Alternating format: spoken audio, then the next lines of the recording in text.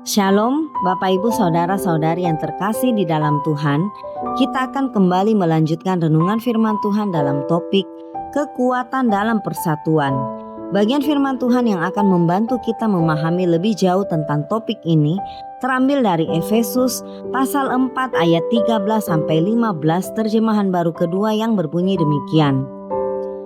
Sampai kita semua telah mencapai kesatuan iman dan pengetahuan yang benar tentang anak Allah, kedewasaan penuh dan tingkat pertumbuhan yang sesuai dengan kepenuhan Kristus, sehingga kita bukan lagi anak-anak yang diombang-ambingkan oleh berbagai angin pengajaran, oleh permainan palsu manusia dalam kelicikan mereka yang menyesatkan. Sebaliknya, dengan teguh berpegang kepada kebenaran di dalam kasih, kita bertumbuh di dalam segala hal ke arah Dia, Kristus yang adalah kepala. Bapak Ibu Saudara-saudari yang terkasih di dalam Tuhan, dampak kedua yang menjadi kekuatan dalam persatuan yang dapat kita capai adalah berkaitan dengan pertumbuhan dan kedewasaan iman kita sebagai sesama anggota tubuh Kristus. Jikalau kita boleh jujur, meskipun kita telah diselamatkan dan berada dalam satu komunitas, terkadang kita merasa bahwa pertumbuhan rohani kita adalah urusan pribadi kita dengan Tuhan. Dengan kata lain, kita tidak memerlukan sesama untuk mendukung pertumbuhan kerohanian kita. Namun, bukankah itu bertentangan dengan rancangan Allah? Allah tidak menyelamatkan kita supaya kita menjalani perjalanan iman kita seorang diri. Allah telah memberikan kita sebuah tujuan dalam perjalanan iman kita, dan tidak hanya itu, Allah juga memberikan kita komunitas sebagai rekan seperjalanan kita untuk mencapai tujuan tersebut.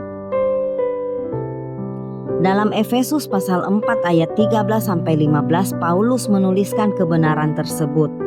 Dalam ayat ke-13 ada 3 tujuan yang harus dicapai oleh komunitas orang percaya, termasuk kita pun yang ada di dalamnya. Yang pertama, mencapai kesatuan iman dan pengetahuan. Ini adalah tujuan pertama. Kesatuan tidak hanya berarti persatuan dalam organisasi, tetapi persatuan dalam iman yang sama, kepercayaan terhadap Injil, dan pengetahuan yang benar tentang pribadi Kristus. Ini bukan sekedar pengetahuan intelektual, melainkan pengenalan yang mendalam dan relasional yang menghasilkan persatuan teologis.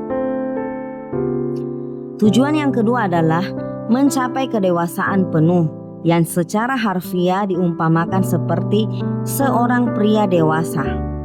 Ini adalah kontras langsung dengan anak-anak yang disebutkan di ayat berikutnya.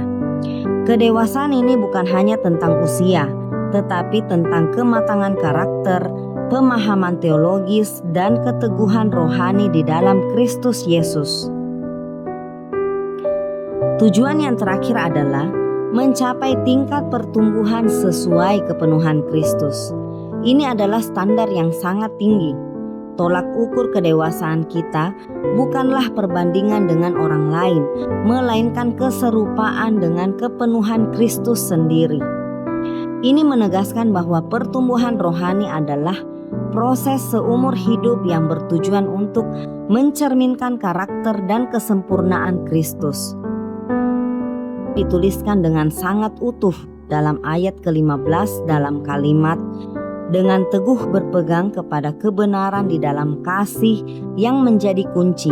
Kalimat ini berarti mempraktekkan kebenaran dalam kasih atau berkata atau hidup dalam kebenaran di dalam kasih.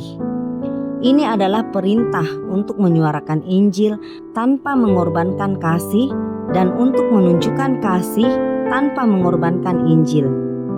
Ini adalah cara yang seimbang untuk melawan rupa-rupa angin pengajaran. Kebenaran tanpa kasih menjadi keras dan tidak menarik, sementara kasih tanpa kebenaran menjadi sentimental dan menyesatkan. Dan diakhiri dengan kalimat bertumbuh ke arah Dia, Kristus yang adalah kepala. Ini adalah puncak dari seluruh proses. Pertumbuhan rohani bukanlah tujuan akhir, melainkan Kristus adalah tujuan akhirnya. kita bertumbuh dalam segala hal menuju Kristus yang digambarkan sebagai kepala. Sebagai kepala tubuh, Kristus adalah sumber kehidupan, otoritas, dan arah bagi setiap anggota. Seluruh gereja bertumbuh secara organik karena terikat pada kepala. Oleh sebab itulah, kita sangat membutuhkan orang lain untuk bertumbuh, karena hanya dengan bertumbuh di dalam komunitas ini, kita dapat kedewasaan iman yang memuliakan Tuhan. Oleh sebab itu, marilah kita bertumbuh dalam komunitas orang percaya. Pertanyaan untuk kita renungkan bersama.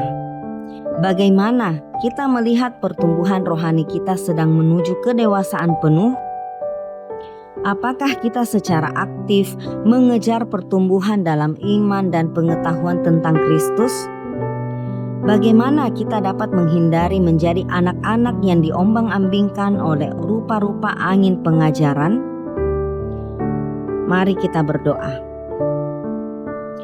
Allah Bapa yang penuh anugerah, kami ingin bertumbuh dalam iman dan pengetahuan yang benar tentang Engkau sampai kami mencapai kesempurnaan yang Engkau kehendaki, yaitu menjadi dewasa dalam Kristus. Bantulah kami untuk tidak lagi seperti anak-anak, tetapi berbicara dan hidup dengan kebenaran dan kasih seperti Engkau sendiri penuh kebenaran dan kasih. Ajar kami untuk tetap berada di dalam Engkau, mengikuti kebenaran-Mu dan menunjukkan kasih-Mu. Tolong juga komunitas iman kami untuk bertumbuh dalam keselarasan dan kasih, sehingga tubuh-Mu dapat menjadi hidup dan berfungsi dengan baik dan hidup sesuai dengan panggilan-Mu. Ini doa kami, di dalam nama Tuhan kami Yesus Kristus kami berdoa. Amin. Demikianlah renungan kita bersama pada hari ini. Kiranya kita boleh terus bertumbuh setiap hari di dalam Tuhan. Amin.